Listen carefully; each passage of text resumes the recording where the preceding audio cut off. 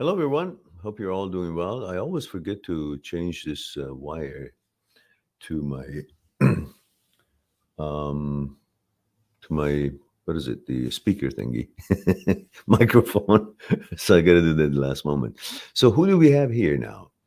We have Aditi says hello, Miran. Hope you're well. Thank you very much for asking. Yeah, it looks like I'm on the mend, and due to this sitting down business and not being able to move or have energy to do much for 2 weeks. And now it's been 3 weeks and I'm good. But I had excruciating pain on my hamstrings. I couldn't even sleep, kept me up. I had to get up, walk in the middle of the night or stretch.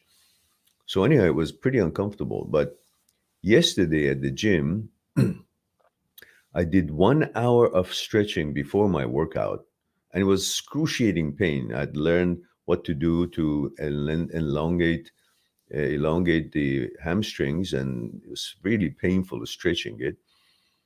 And then I did my light workout. Then I did another 20 minutes of stretching, which was excruciating as well. But then for the first time in 4 nights, I could sleep right through, no problems. And so that's going to be my regimen from now on. I've always been stiff in stretches. Even in martial arts, when we were training, I was stiff in stretches. So I wasn't good in stretching, but it always helped. So now I make it a mission that I stretch every time before workout and get these muscles in the back and lengthen again, because sitting and not moving probably shortened it. And funny enough, I never knew, when you do biceps in the gym, my hamstrings were excruciating pain. And if I would do triceps, same. And I couldn't understand why these two muscles affect each other until I researched it. They're connected, the biceps and the hamstring. So when it shortened, and I guess it's a long head muscle in the hamstring, it was not good. So I'm trying to stretch it. So anyhow, long story short, I'm doing much better. And then we have Jao Baka says, hello, Miran, male, 19 years, Brazil. He says, how can I tell if my thoughts are intrusive or intentional? Who cares? I mean, you're trying to intellectualize this, and that's a mistake. Brain is an independent system. So 80, 90,000 thoughts a day, none of them are yours. They're irrelevant to you. So you want to find out which is intentional? What would it serve? Intention, none of them are intentional. What you have is an apparatus brain that its job is to make thoughts. Your job, awareness, you, is to judge and select what has been produced. Now, that selection is your power. So whether it's been showing up on its own or somebody puts it in your head or advertisement on TV, it doesn't matter. What's important is that what you select, what you prefer, what you choose, or what you veto, that's where your power is. That's all it matters. The rest is independent system. All thoughts are irrelevant to you. None of them are yours, because you can simply tell if you cannot stop the thought.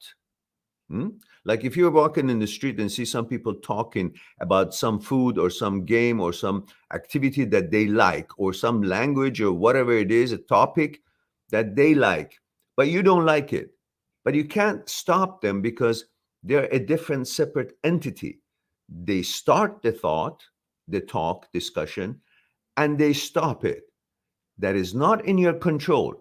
What's not in your control is not yours. Same thing with the brain. Thoughts show up, intrusive or otherwise. You had nothing to do with it. It's not yours. What you do, you either see if it's got any merits or any use for you, you select, or you veto.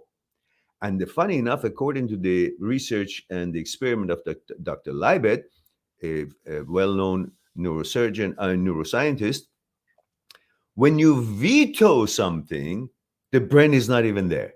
There is no magnetic activities in the brain when you actually veto a decision, whether that decision was actually made by you or a thought showed up, a suggestion through the intrusive thoughts of the brain, you veto it, brain is oblivious to your decision, meaning there are aspects of your mind there are aspects of your mind and you that the brain cannot even reach. So it really doesn't matter to think that which is mine, which is not yours.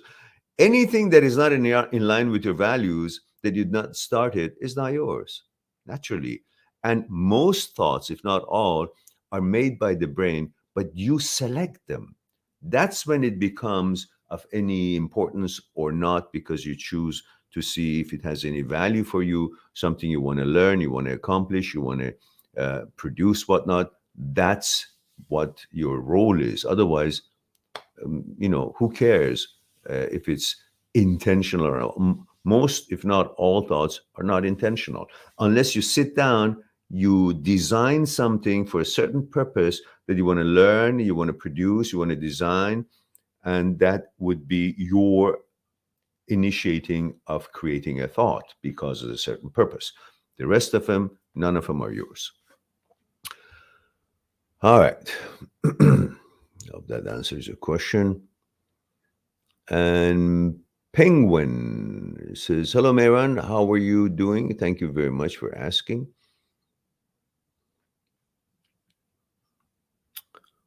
And Viewpoint says, hi, sir.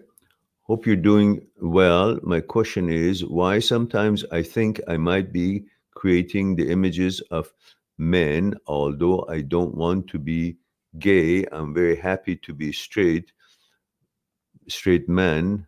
I love girls. Yeah, well, that is, again, intrusive thought. The problem with you guys are all is that you think if something shows up in your head, that's your doing. You got to get into your head. Your brain is not you. You are not the brain. It's an organ. It's an apparatus. It makes things up. Its job is to make thoughts. Your job is to assess it, if this thought any use to you or not. You select or you veto. You live by your choices and vetoes in life, whether it's about an activity, suggestion, people, friend, projects, or about the brain's secretion or creation of thoughts, suggestions, images. Now, the fact that you create an image, it's the OCD, HOCD events and activities of the brain unrelated and irrelevant to you. But it makes you think that if you don't, you're a coward. You got to do it to see how it's going to affect you because you're looking for that assurance. OCD is obsessive compulsive disorder, but it is also a doubting disease. And for that doubting disease that annoys every one of us, you're seeking assurances. So when there is a challenge or suggestion by the brain that introduces to you as an intrusive thought, you figure, I got to take the challenge to become assured if that's going to affect me or not. Because I'm not gay, I don't want to be gay. That's your choice and that's your preference, and more power to you. Whoever wishes to be whatever they are as what they are born, that's what they are. But you seem to be trying to protect your identity, your gender, by thinking that you got to get assurances in order to make sure nothing changes. Nothing changes. These are intrusive thoughts, unrelated, irrelevant to you. It's a malfunction of the signaling system of the brain. That's all. There is no worry about it. You're not going to change to anything. It's a glitch of the brain, and I've explained it in detail, the role of basal ganglia, midbrain, striatum, caudate nucleus, prefrontal cortex, and all these components that are involved in this malfunction, and how to use Dr. Schwartz's 4 steps and other brilliant scientists such as Dr. Philipson's, Dr. Jan Weiner. Their videos are on YouTube. You can learn and understand what HOCD is and then not freaking out about it. And then live your life and learn how to rewire your brain through these scientists' research and steps that they have put forward for us to learn, and through neuroplasticity, rewire the brain to the default setting. That's all. Don't panic. Nothing's going to change, and you don't grow a tail. All right. Okay. Let's see.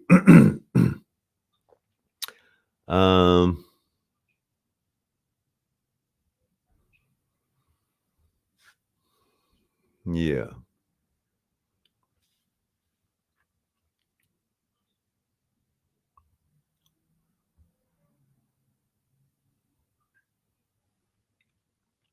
Yeah, viewpoint. That is exactly what HOCD does. That's challenging your thoughts in the middle of it just to get you to find an assurance. That's the whole thing.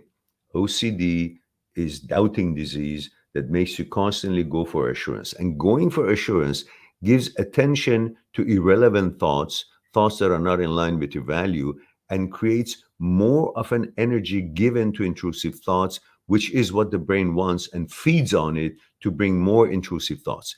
If you don't seek assurances, don't take these challenges, and just see what it suggests and diffuse it by not paying attention to it, doing the fourth step, or focusing on whatever it is that you're focused on, then you will not follow the challenge to seek assurance and make yourself 100% sure that, no, it's not going to affect me. I'm okay.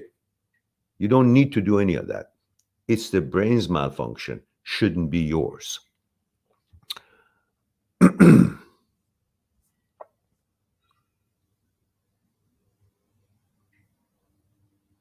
Yeah. Jao Baka, these are all HOCD, so don't question them. Just follow the 4 steps of Dr. Schwartz and teachings of other scientists in this field and the videos that I've put together. Stop interpreting all these things as if there is a conclusion. The problem with this illness, or this, not illness, this disorder, is that you are looking for a conclusion. That's why you take all challenges in order to come to a certain conclusion. Leave the conclusion and learn life is uncertainty. And you don't need to have an answer for everything, especially when it's a malfunction of the brain. Otherwise, it occupies your brain with all kind of garbage, and it wouldn't let you live the way you should be living based on your choices and vetoes. That's your power. Nothing else matters. Doesn't matter who suggests something to you, a business, a drug to use, or whatever else the activities, or doesn't matter what the brain suggests to you, images or thoughts or intrusive thoughts that shows up in there. None of it matters. What matters is that you have the ultimate power. None of these thoughts can ever become an actuality because they're all virtuality.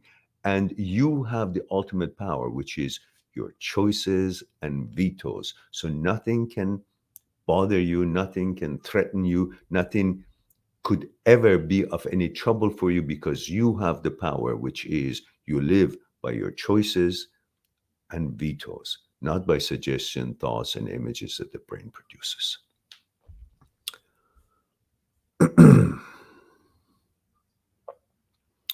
And Saumia Kalange says, hi, sir, female 18 from India. Hello there. Aditi says, I tend to have more negative thoughts than positive ones. That's usually the case because human beings are always looking for psychological security, a security of some kind, both for physical portion of our entity and our psychological portion of our entity. And therefore, we always are trying to fend off negative thoughts in order to create positivity. But instead of having to fend off and deal with negativity, which means You bring all the negatives that you can because you think the more negatives you think about, possibilities you think about, and you remedy it, then there would be no danger to you because you've thought of all possible negative situations that could happen and you're prepared for it.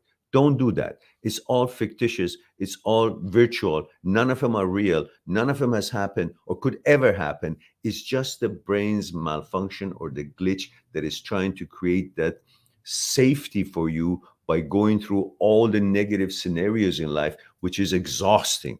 And you shouldn't spend your energy that way. So leave it and focus on the things you want to do that are positive and put your energy on that and follow that what you want to accomplish. And anything, the stumbling block or an obstacle comes on your way, you deal with it as it comes. Not to go and search for all possible negativities that it could exist in the world as a scenario and then try to remedy it, be prepared for it. Your whole life would be spent on that. So that is something that you should stay away from it because it's useless and it's not real. So don't waste your time on some fictitious journey.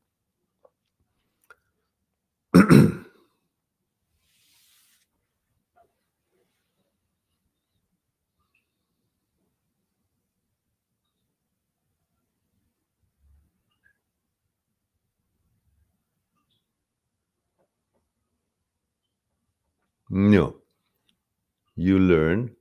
That's garbage, what you're saying. When you're 8-year-old, when you're a child, you have no saying in knowing anything. Even if one does that on purpose, it's because of the curiosity and nothing else. It has nothing to do with your gender because you have no information about anything. And the brain is trying to find out with that little understanding of what this or that is, and no interpretation of the emotion is available to you at that age. So, whatever you may do or have been done to you, you're not responsible at all. That has nothing to do with the thought that you have expressed here. You won't be gay just because of that particular experience, and it has nothing to do with your gender. You are exactly as you have preferred to be, you have been, and you like to be. So the rest of it is just intrusive thoughts.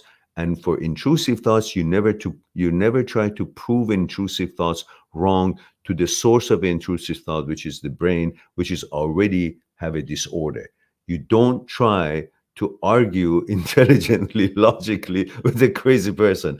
And when the brain is an OCD glitch, it's crazy. So you don't try to intellectualize or logically debate it with it. Just leave it alone until it actually um, rewires itself through the steps that you've been told what to do, and then it gets back to default setting.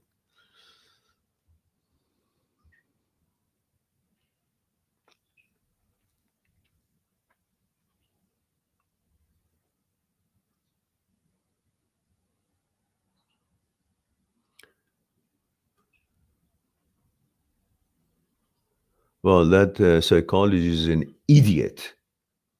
an idiot, uninformed, uneducated, and they're experts in the world about this, thousands of pages and discussions and research, and this idiot is talking because she doesn't know anything about it. So you can't just go to a psychologist and talk about OCD.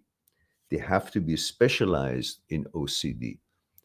Not every mechanic knows about every part of the engine that needs to be fixed. Not every doctor is specialized in all parts of the surgery or remedying the body's problem. Not all psychologists know about all aspects and avenues and challenges and questions of psychology. They're specialists, experts, scientists in the field, and you got to look at those rather than this idiot who doesn't know shit what she's talking about. Completely idiot. You got to stop seeing that piece of shit. All right, go find a specialist. Hmm.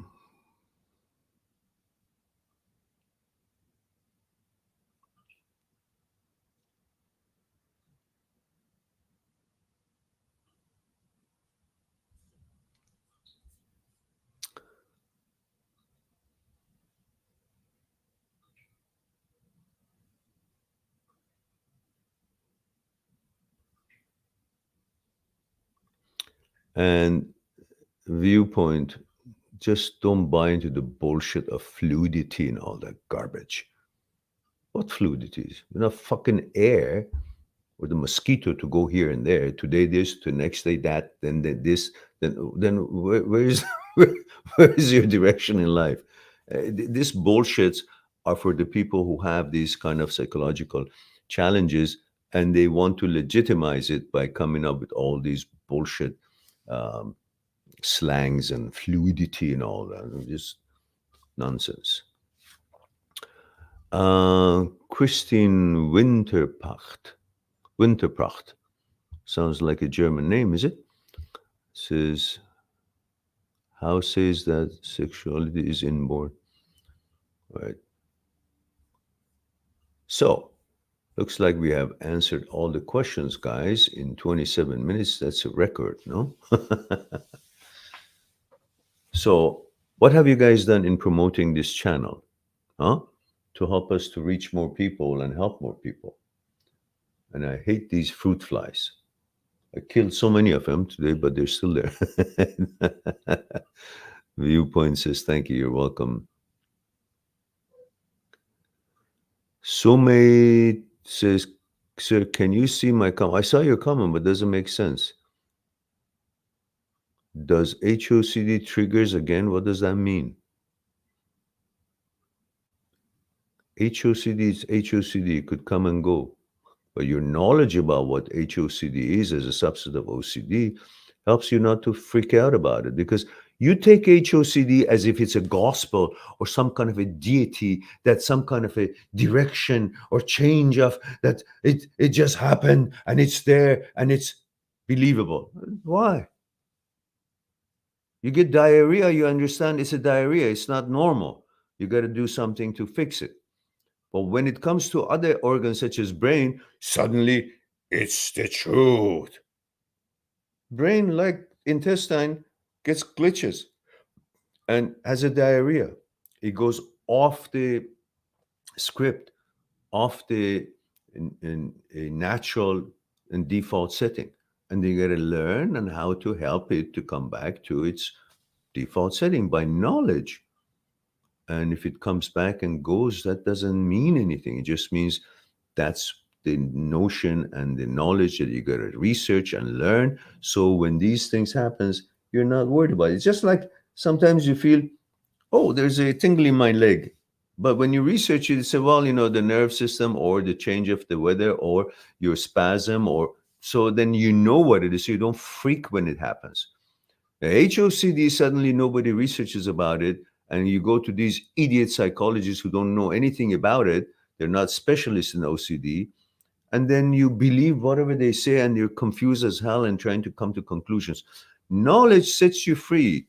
And this knowledge is available by experts in the field, Dr. Schwartz, Dr. Philipson, Dr. Jan Weiner, so many researchers, Dr. Sperry, Dr. Penfield, Dr. Leibert, Dr. Owen, all neurosurgeons and neuroscientists that research elaborately to show you're not the brain is not you, and it's an independent system and comes up with all kinds of thoughts that's got nothing to do with you. The suggestions, images, and thoughts does not change you once you understand the glitch of the brain and you're not taking that what the brain is secreting or suggesting as if it's you, because you're not the brain and brain is not you. So understand this and you won't freak out. Lan T says, hi Miran, this is Lan from Slovenia. My HOCD is gone. Thank you for your help along my journey of awakening. You're welcome. Delighted to hear that. To anybody worried, don't worry. It's not a death sentence. Big hug and thank you for your work. You're quite welcome, Lan. Delighted that you shared that with us. I appreciate that.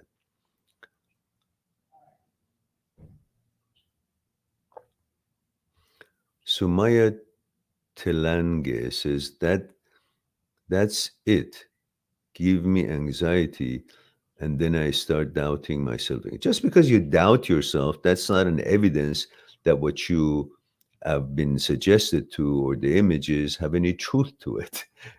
You doubting is not a proof for what was suggested is accurate.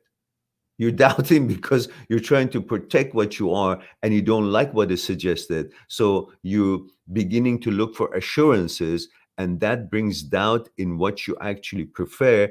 And that doubt is a problem you got to deal with. Not that it's an evidence that that suggestion originally about that you're not what you are and what you prefer to be is true or credible. You got to get these things very clearly so you won't be swaying this way or that way just because a thought showed up. What do you think this brain is? If you guys don't know, for millions of years we lived without this brain. So that means there was a me first, millions of years before I became a person with this apparatus. We all had instinctive way of living like animals. We would run, hunt, sleep, have sex, and no questions whatsoever. Why? Because we had no ability to think or to speak. Words didn't have meanings, and thoughts, thinking was not part of our abilities. Therefore, when there's no thinking, there are no doubts, there are no questions. Thoughts are the roots of all problems. That creates doubts and has different meanings, and you try to find the meanings and sort it out and all that. But when there was no thoughts, we had no problems. No intrusive thoughts, no OCD, no HOCD, because none of that was available because we didn't have the brain that we have. So none of it was part of the activities of the brain type that we had. You had the stem brain. So everything was instinctive, like animal, and we were happy. But since 40,000 years ago, we developed this brain, which is very helpful in producing, learning, and many other things that you want to bring to fruition in our lives. But at the same time, it's a curse of the seven seas. I don't know if there's such a curse or not. I just made it up. But it creates lots of problems because of its inability to self-correct itself. When it goes in a glitch of a haywire and falls off the script, it malfunctions like any other organ in the body. But if you don't understand it as a malfunction and take it for face value and think that, oh, brain is infallible, it does not make mistakes. Why? This is an apparatus that was added to you millions of years after you were living for all these time in history. And it's still, this brain is work in progress. It's not a complete brain. That's why it's got so many glitches. That's why there's so much more psychological shortcomings and challenges people have than physical. There's so many physical challenges we all go through as we go through our lives, but there's so many psychological problems that we all have. And that's because this brain is far below its completion or its perfection, so to speak, than any other organs that we have, that they have a function to do that is happening automatically. But the brain is got many challenges and incomplete progress that is still trying to figure it out, and it falls into many statics and obstacles and challenges that it doesn't know how to deal with it. It just falls into a different line, starts malfunctioning, and you believing that the brain is you're the brain, and brain is the center of intelligence, which is contrary to all the scientists' findings, such as Dr. Spear and Dr. Penfield and so on. With all the surgeries, they could not even localize any math center or any smart center in the brain. So thinking that the brain is the intelligence center, so when something is suggested by it, you should accept it, it's false.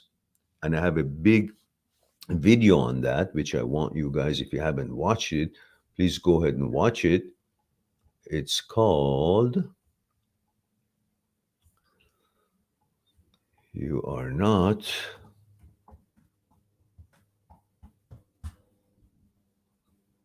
Here we go.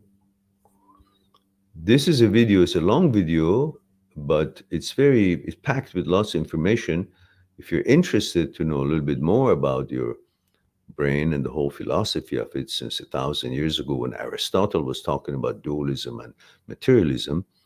And then until modern science have been able to prove what Aristotle said 1,000 years ago, then you can watch this and enjoy it. And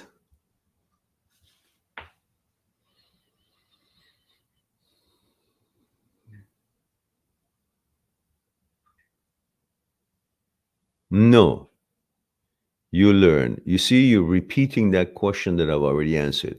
That is clearly telling you you're seeking assurances.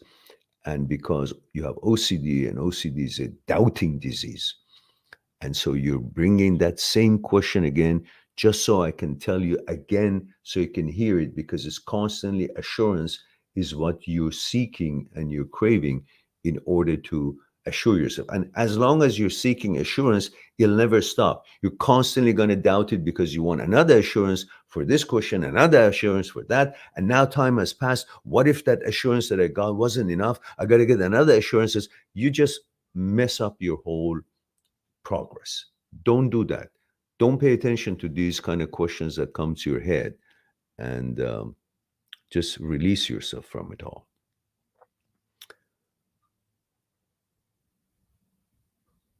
Samoyas want to ask one more question, that I have a crush on a guy, but he doesn't even look at me. I had small interaction with him, but he ignored. I want to at least have a friendship, but self-respect stopped me. Listen, if somebody doesn't pay attention to you, they don't worth and they don't deserve to have your attention. Very simple. You are in love with fulfilling your desire for pleasure or desire for whatever it is that you desire. Stop giving priority to your desire and start focusing on if someone is in line with your values, if someone's attention is worthy enough for you to give them attention, if someone's interaction with you and treatment of you or appreciation of you is enough and meets your standards for you to give attention to them or want to be friend with them. If they are not, then they don't deserve your attention. It doesn't matter how much you may desire them or you may find them interesting. If they are not willing to present themselves, the best version of themselves to you, then you should not continue giving them the satisfaction or the pleasure of having your attention. Just have more respect for yourself. And his judgment or interest or disinterest in you does not is not any kind of a gauging for your worth and value. Your worth and value is in your accomplishments, is in your direction in life, is in how you behave and interact with the society, with people, with what it is that you're set out to accomplish in life. Not based on if somebody likes you, approves of you, wants to be friend with you or not. They can go to hell as far as you're concerned. Because if they don't appreciate you, that means they're not smart enough to appreciate you. Therefore, they don't deserve to be with you. That's all. That's how you should look at it. Anybody who doesn't pay attention to you or doesn't find you valuable enough to treat you well and want to be friend with you, they don't deserve to be friend with you. Let them go. You respect yourself and you go and find other ventures.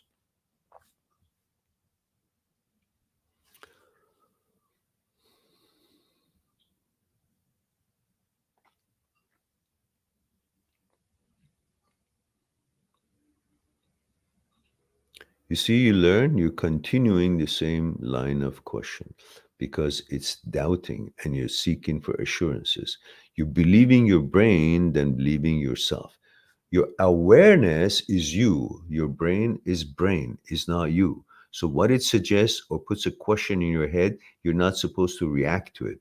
You're supposed to judge it, and your awareness says, well, I don't give a shit about what you say because I live with my choices and vetoes. And regardless of what happened in the childhood, that has nothing to do with my choices. That has nothing to do with my veto or choices. I was a child. And therefore, I don't pay attention to any suggestions that you make. I go about my business and I focus on my life. And any of these questions that come to my brain is not going to cause me to come to any conclusion. I just leave the question, don't pay attention to them, and I focus on my life. That's how you deal with it. Otherwise, you become a slave to your bloody sick brain, which is not the right thing to do. Yeah, I just told you what to do, you learn. Leon Kennedy says, hey, Miran, 24 male, Germany. Ah, guten Tag, wie geht's heute dir?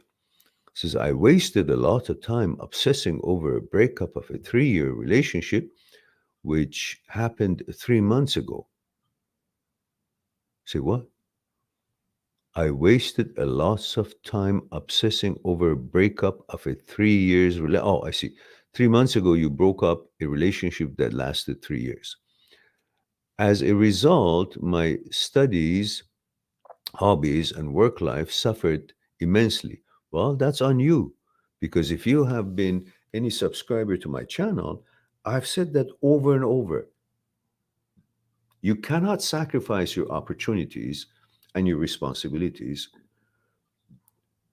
by keep thinking and keep meddling with what was past that doesn't even exist anymore, and constantly trying to wish that back. What could I have done to make it better, or it wouldn't turn into breakup?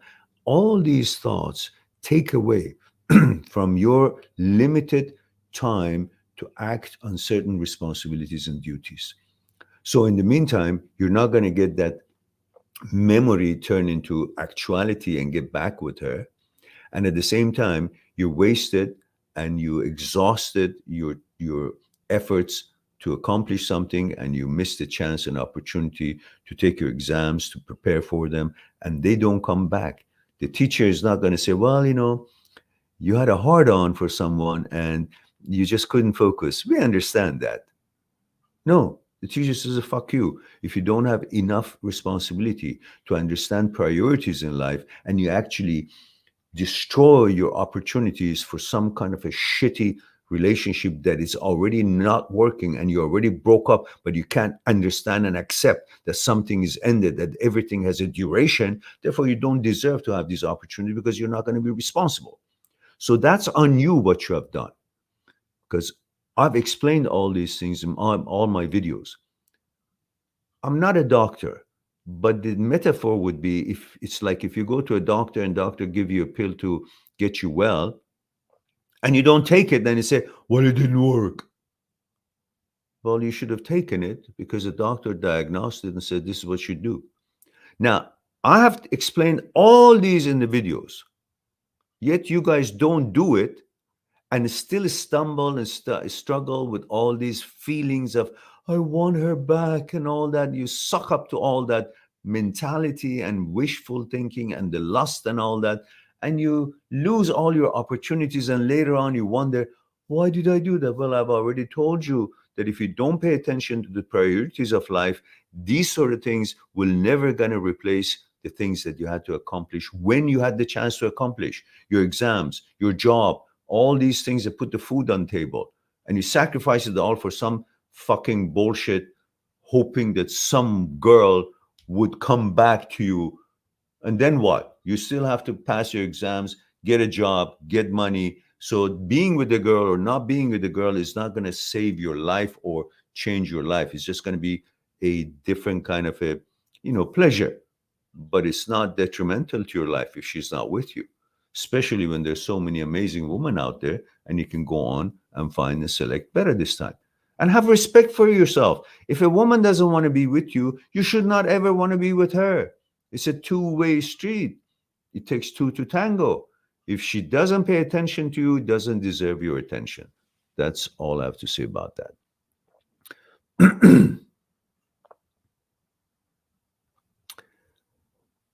And it says, how do I stop blaming and putting myself down for everything that happened since the breakup? Now, you fucked up for so many years, wasted your life, or however it's been since your breakup and affected your life. And now you want to find out how I can forgive myself. How? I forgive myself. That's it. Done. Off you go. Thou art forgiven. Go. What's the big deal? You fucked up. You wasted your life. You made a mistake. Now you realized it. The fact that you realized it is already the forgiveness that you wanted for yourself. Knowing that you fucked up will teach you not to do the same shit again, because you're more important than any other relationship. If there is no you, nothing else matters. Everything that seems to matter is because you're here. If you fuck up your life and you lose the chances for your exams or your job and making money and all that, then there is no you anymore, and none of these things would ever matter. So they all matter because you matter.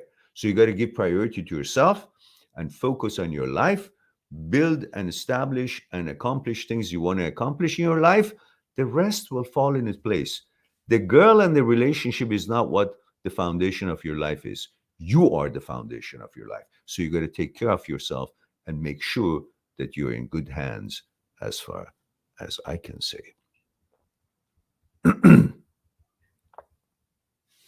All right.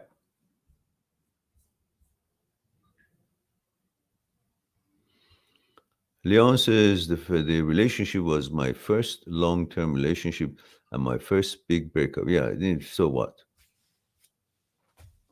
You get an experience now, and you don't look at these things as heavenly. They're human beings. You like their body, you like their looks, you like their smile, you like their interaction with you. As long as they are treating you well and you treat them well, that it works.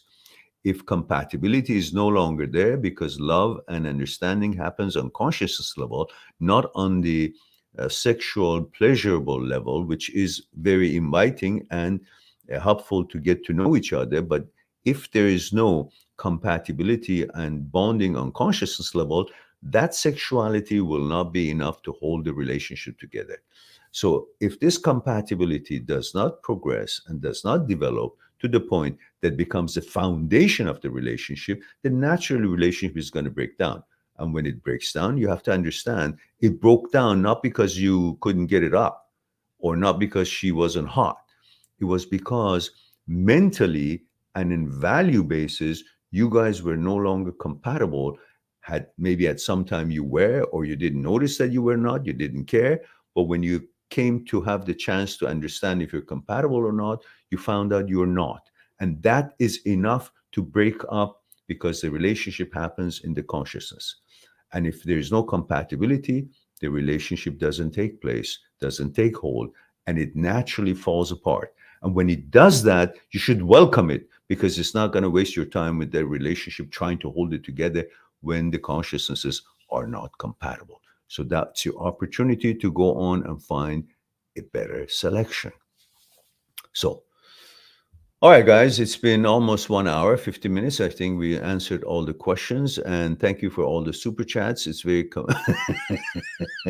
you cheap asses. Anyhow, you got to support the channel, at least talk about it on your chat lines and whatnot, promote the channel so we can reach more people and help more people.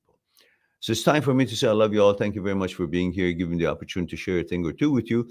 I look forward to our next live stream. In the meantime, be good to yourself and to the others. I'll talk to you soon. Bye for now. Subscribe on my channel, visit my channel, and go through the videos that you might be interested in. Mind-that-seeks-truth.com is making it one step away to talk to me one-on-one on Skype and discuss what's concerning you. I'll talk to you soon.